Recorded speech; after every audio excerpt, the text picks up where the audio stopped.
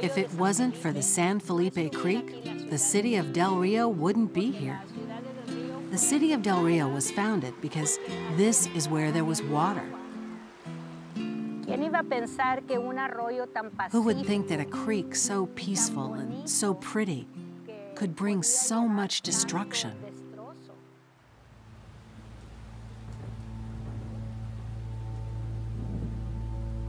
The floods of 1998 began on a Saturday afternoon. We started receiving some rain, and those rains continued to get heavier and heavier Saturday night. We were in the bedroom watching television when all of a sudden the power went out. I felt the carpet and it was wet. And when he peeked out the window, he said, "Let's go." And I said, "Where?" And he said, "Let's get out. This isn't rainwater. This is water from the river. It's rising." My parents were old already. My father had Alzheimer's. My mom had Parkinson's. They couldn't get out by themselves, and I tried to get to their house immediately, of course. When we got out to the street, we held hands, one behind the other, and we heard people screaming, "Help, help, please help me." Other people were on top of houses. Some had climbed to the top of trees. It was just chaos. And we were in 5.5-foot water. You really can't imagine until you're in it. We were afraid of slipping on the street because of the mud underneath us, and neither one of us knows how to swim. I went to look for my parents, and thank God some youngsters from the neighborhood had gotten them out. Neighbors helped each other out. I tell you, all this is hard.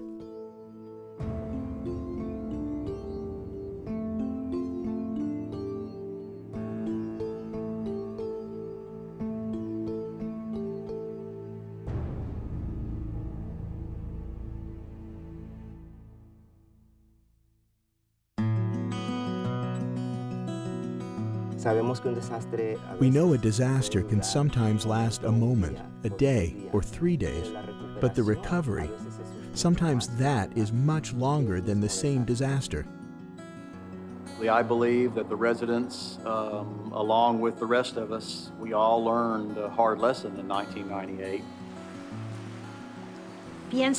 One wonders, what can be done to better prepare a community? There are many dangers after a disaster that affect public health, like gas leaks, fallen trees. There is a lack of electricity or water. So it's not just about being prepared before, but also about being prepared after a disaster. Immediately after the flood, there wasn't any drinking water. The water was very contaminated. I'm a doctor, a physician, and we see a lot of people after a disaster. If you already have medical problems, how are we going to treat you when there's a disaster? It's important for a family to have a plan to take care of those family members who need help.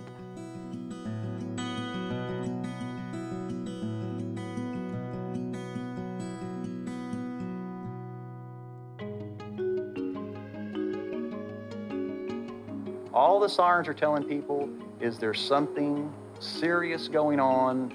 Turn on TV, tune in, see what's going on.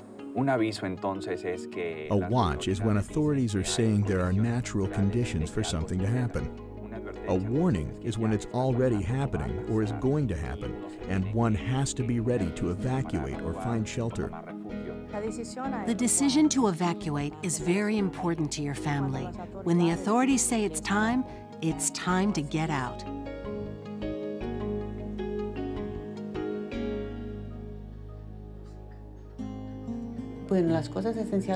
Well, the essential things for us would be to prepare ourselves.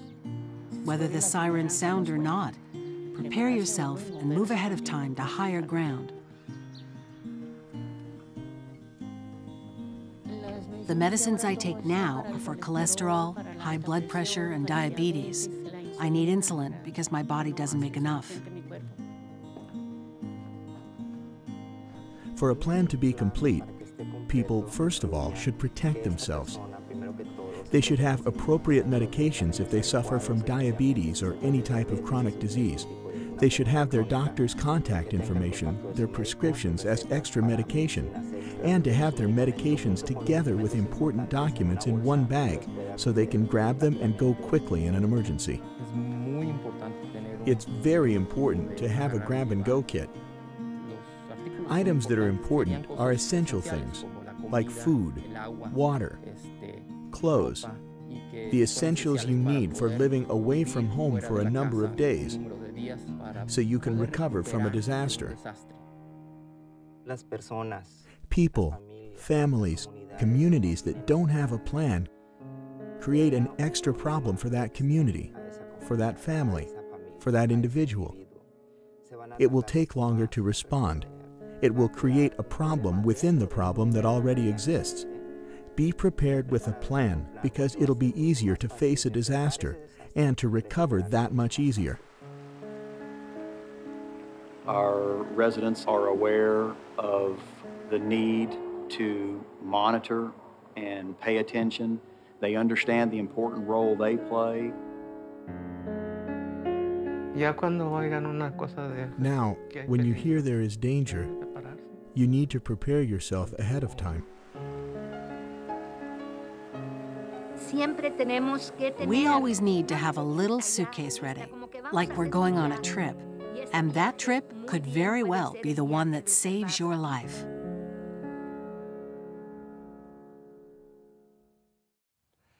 As we learned from the video, the aftermath of a disaster can trigger public health challenges, such as water quality issues after floods. Whether it's a flood, hurricane, tornado, or man-made disaster, we must be ready to respond and recover from a major catastrophe. That's why it's important to have a plan, to have essential items needed to live through a disaster, and to know how you'll get credible information during a crisis. Make a plan at texasprepares.org. You can also contact emergency management organizations to find out more about the plans available in your area. Planning now can make recovery from a disaster a safer experience.